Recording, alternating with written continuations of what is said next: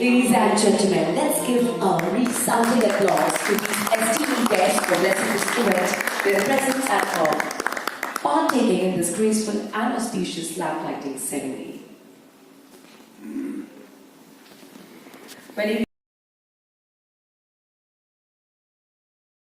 Respected General on the dais and all the dignitaries of the dais.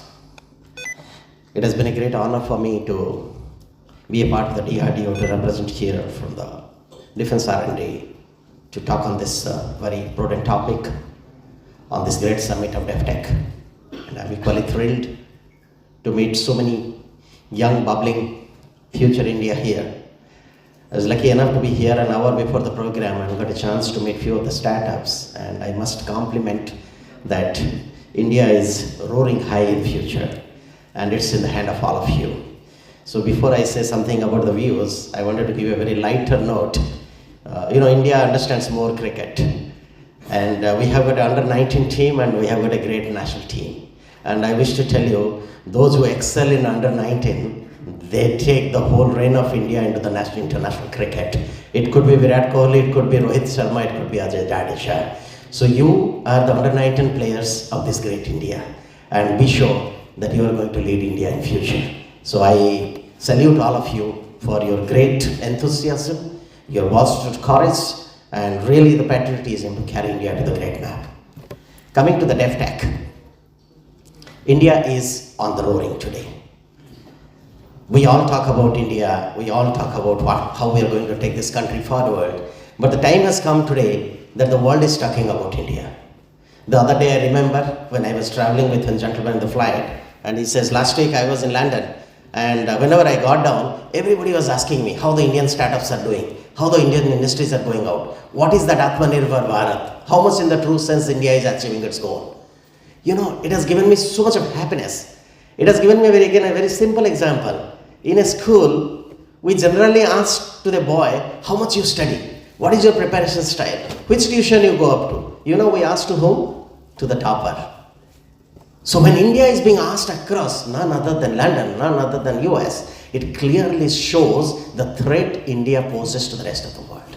That is where we are, friends. I thought there should be a good start to really go forward, that where this country is going up to. Having said so, it's a great responsibility. I'm so happy and so thankful to Government of India. We all are talking about one word, Atmanirbhar Bharat. I'll tell you again a very simple example for that. We all go to Mata Vaishno Devi for darshan, right? But the moment we touch that shrine land, we all say Jai Mata Di. And it gives a thrill to you. It gives you a goosebumps. We go to the Ramji's temple, we say Jai Shri Ram. Not that we didn't know that that's the temple of Jai Shri Ram, but the moment you touch that temple and chant that, you get the goosebumps. It's the same, my dear friends, India. India was for indigenization, India is for indigenization, India will continue to be for indigenization. But when we talk Atmanirbhar Bharat, it is typically like Jai Mata Di, Jai Shri Ram. It is binding the entire 1.4 billion people together, that we are all narrating in the same voice, same frequency, same goal, and the same approach that we are going to make Atmanirbhar. I must thank our armed forces who have trusted us. I must thank our industries who are transforming our dream to realities. I must thank Government of India who is empowering us that we should deliver something great.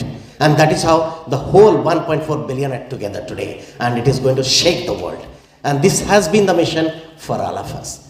Friends, if we talk about India today, if we talk about DRDO today, yes, DRDO has been delivering weapons, and I'm so thankful to the armed forces for trusting and using the weapons. But at the same time, with all our industries together, though we have excelled quite a lot in the past few years, but at the same time, we are the second largest importer of the weapons, even now.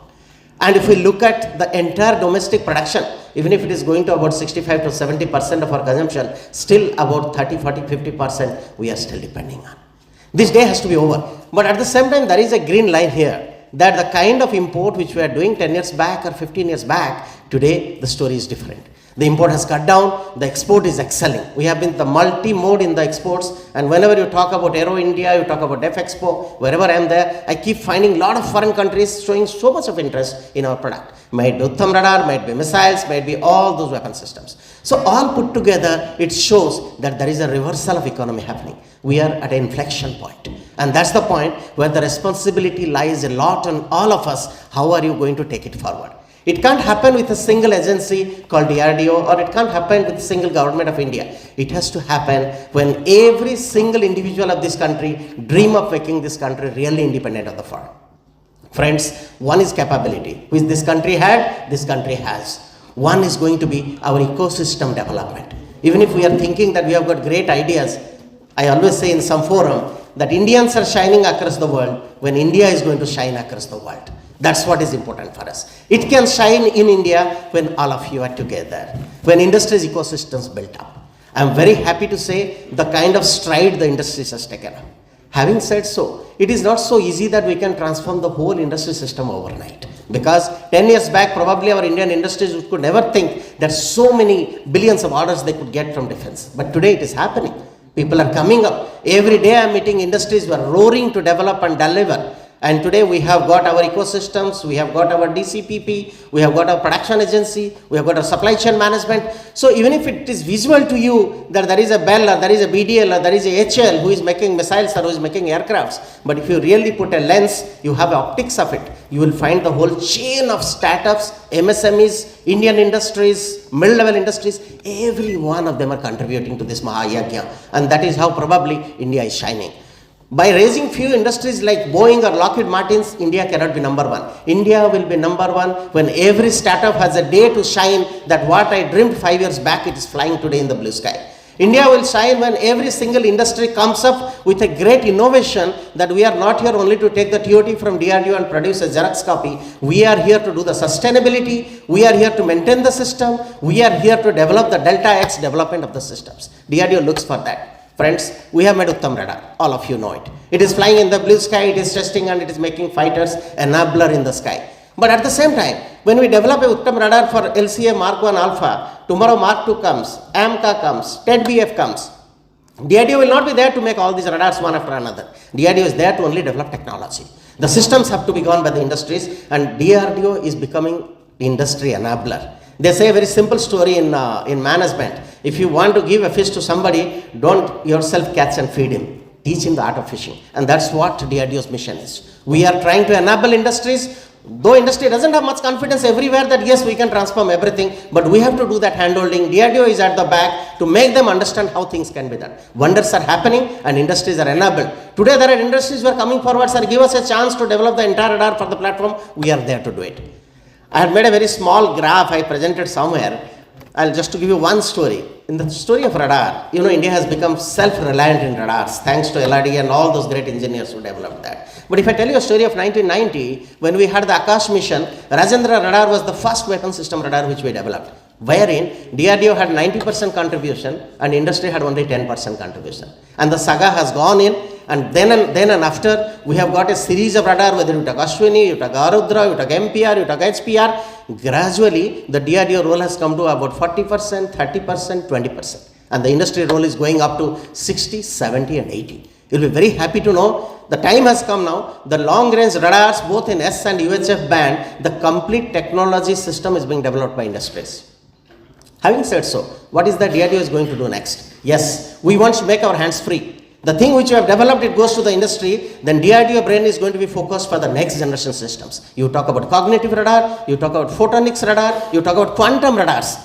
You talk about quantum cascade laser radars. That's the area which DRDO is working now. It will not be visible to the common public today because the technology of today is going to be the systems for tomorrow. And the systems, when it comes to our armed forces, the technology of it would have been definitely 5 years down the line. Otherwise, we can't have a product. That's the equation everywhere across the world. But both the lines go concurrently. And if India has to be the global superpower, if Indian defense technology is going to be world number one, these are the technologies which are going to make India to the top. And that's the reason DRDO is working strong on this, and DRDO alone cannot do that. This requires DRDO supports in industries, the incubation centers, the startups, the MSMEs, all of them have to think.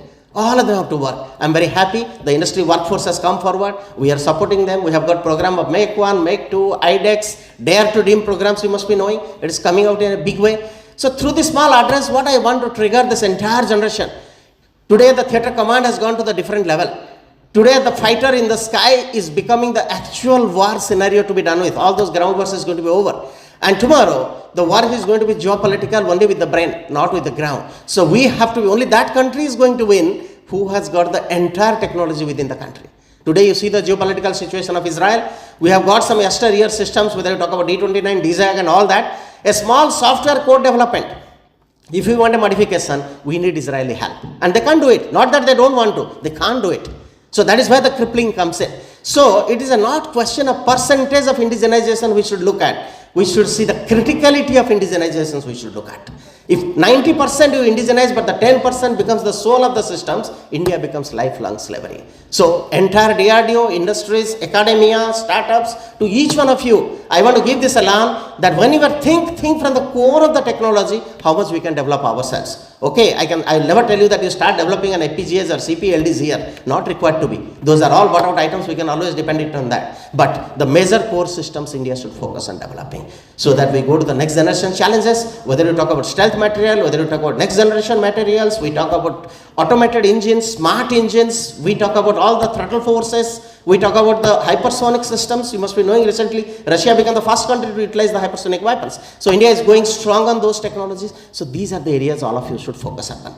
Keep meeting me. A lot of the startups, they meet me, I encourage them because you are my under 19. You should really make India to win and take it to the world map. I'm sure together all of us can win success. I will conclude with my one famous line which I said somewhere. India, if you look at INDIA, I stands for industries.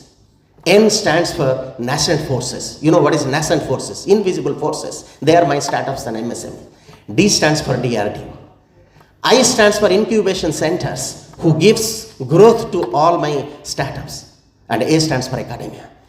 All these 5 pillars together will make India fly sky, fly high. Thank you so much for your patient listening. All the very best. May this summit really reach the summit to take my India to the world map to the top.